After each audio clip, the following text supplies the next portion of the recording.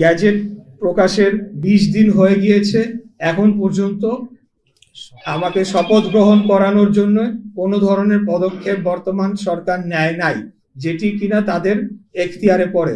নির্বাচন কমিশন কিন্তু তার যে আইনজীবী প্যানেল রয়েছে, তার যে বিজ্ঞ আইনজীবীরা রয়েছেন এবং তার যে প্রক্রিয়া রয়েছে সেটি সম্পন্ন করে পূর্ণাঙ্গ কমিশন মিলেই কিন্তু সিদ্ধান্ত দিয়ে গ্যাজেট প্রকাশ করে ফেলেছে। অতএব এখানে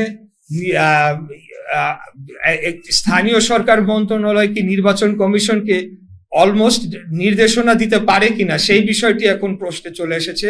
তো এখানে আমরা দেখছি যে নির্বাচন কমিশনের উপর ইতিমধ্যেই এই সরকার এক ধরনের হস্তক্ষেপ শুরু করেছে এবং সেটি আগামী জাতীয় নির্বাচনের আগে কি ধরনের প্রভাব ফেলতে পারে সেটা নিয়ে জনগণ এখন শঙ্কিত হয়ে পড়েছে। এদের এই বর্তমান যে অন্তর্বর্তীকালীন সরকারের যে উপদেষ্টা পরিষদ রয়েছেন, এই উপদেষ্টা পরিষদের অধীনে একটি সঠিক, সুস্থ, নিরপেক্ষ জাতীয় নির্বাচন অনুষ্ঠিত হতে পারে কিনা সেটা নিয়ে জনমনে এখন শুধু সন্দেহ না, তারা এখন স্পষ্টতই দেখতে পাচ্ছে এটি সম্ভব নয়। গ্যাজেট প্রকাশের 20 দিন হয়ে গিয়েছে, এখন পর্যন্ত আমাকে শপথ গ্রহণ করানোর জন্য কোনো ধরনের পদক্ষেপ